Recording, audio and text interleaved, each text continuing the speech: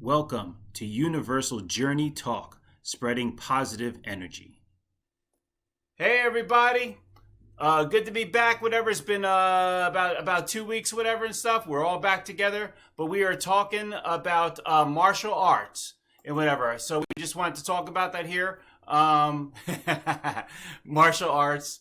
Is there spirituality? Is it all violence? Whatever. So we're just going to kind of get into it. We've got the brothers once again, all of us. We've got Eric, the allegorist. We've got my brother Heath and my other brother Ian.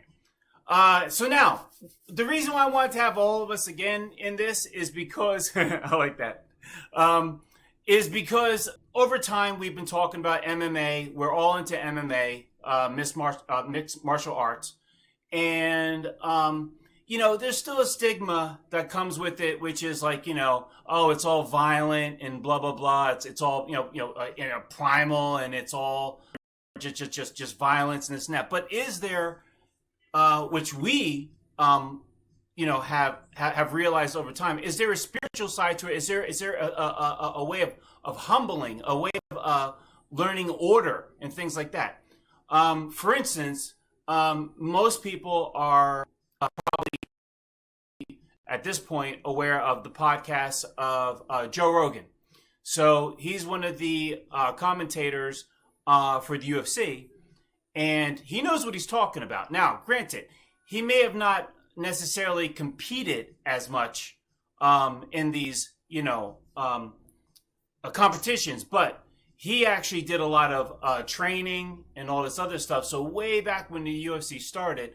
Anyway, one of the comments that he made is that when he was growing up as a younger guy, he had like a troubled life and things like that. So he was, frustrated with things, blah, blah, blah. Was quick to get into fights and stuff like that and stuff. But he went to, and then he started to learn martial arts and for, self-defense and things like that. But the thing is that it actually, from what he was saying, is it helped to humble him, helped him to actually learn order. It helped him to realize his place, which is a problem that I think we see a lot in this new generation that we have now, where everyone has a voice, on whatever social media, blah blah blah. They think that everything that they say matters. People give it a bunch of likes, and then the next thing you know, they're like, "Oh yeah, yeah, yeah, yeah," and it's like, in other words, it's almost kind of I feel like we're coming where we are in this new generation of entitled people that are really not that humble, and it's almost like when you get into MMA or you get into martial arts and you actually realize, real what actually works and what doesn't work. It changes your whole perspective, not just from a physical perspective, but also a mental perspective and maybe even also a spiritual perspective. When we even think of Shaolin monks and all these other things. So we're going to kind of like delve into this, from many perspectives. I may play a little bit of devil's advocate because there's some things that I think could be harmful. But mainly, the reason why I wanted to point this out is because once again, we're all of us brothers, we all watch UFC, MMA. Man, What's that? Oh, okay. By the way, I'm going to be doing a little bit of pausing here because I've got my one brother, Ian. He's actually working right now. So he'll be pausing every so often while he's talking about while we're talking. But I did want to say, so my brother Ian actually was the first one that actually got into MMA. He's been training in Brazil. He's actually done actual competition, throughout the years. And even currently right now, I think he's actually rebuilding his own, competition MMA thing where he's working. But while he's doing his thing right now, I want to talk about Eric. Eric has basically been a little bit of Ian's protege. Okay, I think Ian's back with us. But so Ian, over the years, has been doing a little bit of training with all the brothers. I've done like the minimal amount. I have done some training, but minimal. Not even talking about it. Ian has done the most, as I just mentioned. And Ian, I was just talking about all your credentials while you were talking to other people. But that'd be cool. I think there's one pepperoni. There's some pepperoni in this plane. I'll take a pepperoni. Right. So besides Ian, sorry guys. Yeah, no problem, dude. So besides Ian, now we've got Eric. Eric has also actually competed. He has, been practicing and all this other stuff too. And then we have, Heath too, who has been practicing with them, on, off, and about the whole time. So I'm not sure if Ian has a moment, but I kind of just wanted to start off with Ian because he has really like the most experience and all this stuff. He's still building a new thing in MMA or whatever it is at the place where he's working now. Anyway, so Ian, just overall, where you're working now, and what you're trying to do with starting up, a little bit of MMA discipline. What's your motivation, in that? Well, that was a great intro, Kirk, and actually you hit on a lot of the things. I think what we're endeavoring to do is by looking to, and having the conversation about mixed, martial arts, not just mixed martial arts, but any martial arts really in general. What type of effect does it have on the person studying that particular martial art, or various ones? And so, in my experience with martial arts, I'm sure it's different in some ways for some, but ultimately the same for everyone, is we're talking about revealing truth, really. So when we're talking about, what I'm doing here is trying to do something. I work at a mission in Asbury Park, and we deal with recovery, people in recovery, and all sorts of things like that. And so one of the things that helps people, as we know through working out, people are just starting to find out that the helping people who are undergoing different types of addictions or detoxes, that to physically do things to manifest and strengthen their body can have direct effects on how they're going to handle and ultimately overcome, in a physical sense and a mental sense, the thing that is holding them by, that they're addicted to. The working out the body and taking a healthy road in some sort of way can help somebody to overcome these things. Now, martial arts kind of addresses the major areas of these things, not only physical, but also the mental and even the spiritual side. So the organization that I work with is a Christian organization, and so we're trying to endeavor to kind of meld this program where we have a martial arts. Now I'm trained and learned from Brazilian Jiu-Jitsu under really, really great teachers, David Adib, who everybody knows, and another person, his teacher in Royler Gracie. So, and I'll expand more on this in a little bit. Hang on. Okay. All right, cool. So, thank you. Anyway, so let's move on a little bit to Eric now. So, Eric is once again a little bit of the byproduct of basically when Ian started, muscles and all.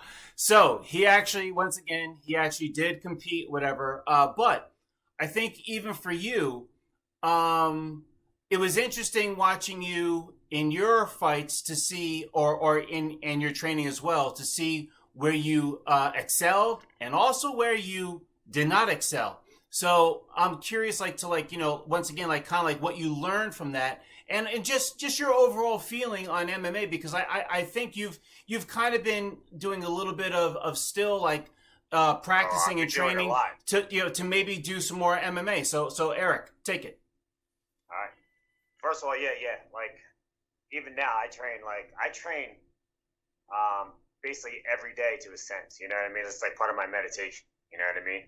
So, and it does, like Ian was saying, like a lot of things. No matter, like to me, just training, getting your body physically in movement creates flow, and that's something similar that like Ian can relate. Like Bruce Lee was talking about water, and you know, there's a flow. Like anything, you know, when you get dialed into something, you get into that flow, and then you know what I mean, where you're dialed in and things are just running on all cylinders. That's how a lot of times happens in a fight, where you just get into that flow and you're just, you know, you're just on. And but so I practice every day, practically. You know what I mean? That's like part of my meditation. But I noticed like when I lost my fight in the cage, that like how it bothered me, like how I knew I could have really trained harder and fight my fight. And sometimes a fight symbolically represents a lot of things that you're going through. Even on the spiritual side, like I look at it like when I'm shadow boxing. I shadow box a lot. Hey, to me, it's like in a spiritual sense, like defeating and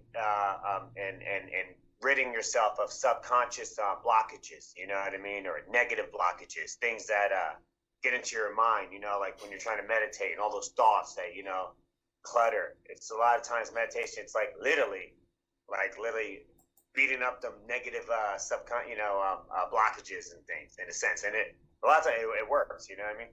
But I noticed like when I lost my fight, it hit me like I knew I didn't fight my fight, and it humbled me, and that's what like it was a rebirth, and you learn from your loss, and I'll tell you like I'm so happy for that, so much gratitude, because it really like it knocked something loose in me that made me just understand the philosophy of just the mechanics beyond just fighting, you know, just understand like this Fibonacci spiral, you know, and everything how things make more sense, and there's a fluent flow and everything, you know what I mean?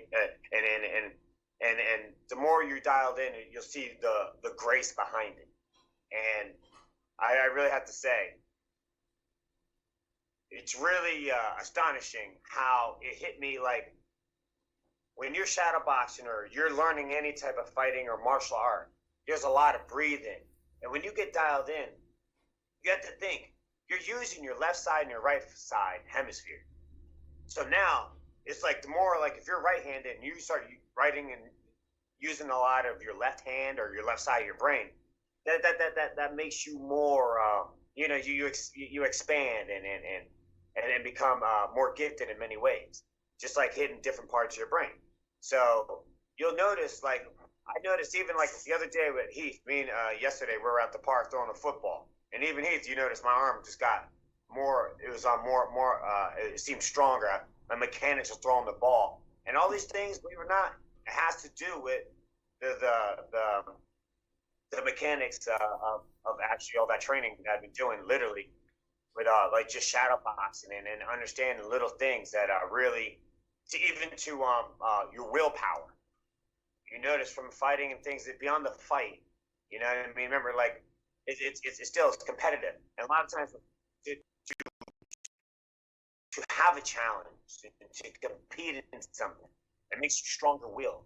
And you can use that in many aspects of your life. It doesn't just have to do with fighting, but fighting could be a way of grounding you. You know what I mean? And then you could be a better businessman or a better husband or a wife or whatever because of these things. And put in the discipline and the amount of time and practice. You know what I mean? That means something. You know what I mean? Like it's definitely movement is something that really is.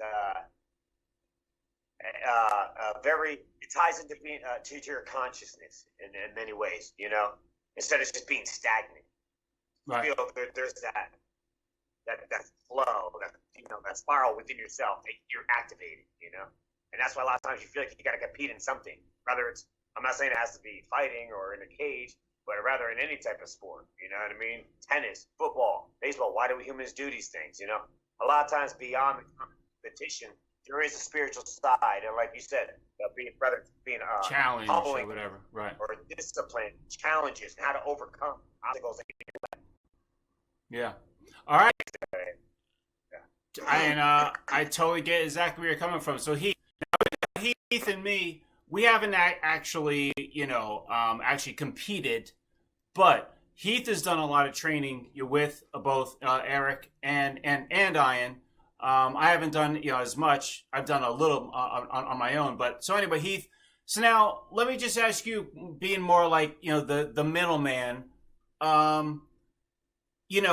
from what you've kind of like experienced in training and things like that, like, do you do it more for, in other words, for a spiritual thing, kind of more like, sometimes, in the way that Eric mentions it, or are you doing more for like, hey man, look, I gotta be able to, defend myself, or do you do it more for the sport? Like, what's your feeling on it?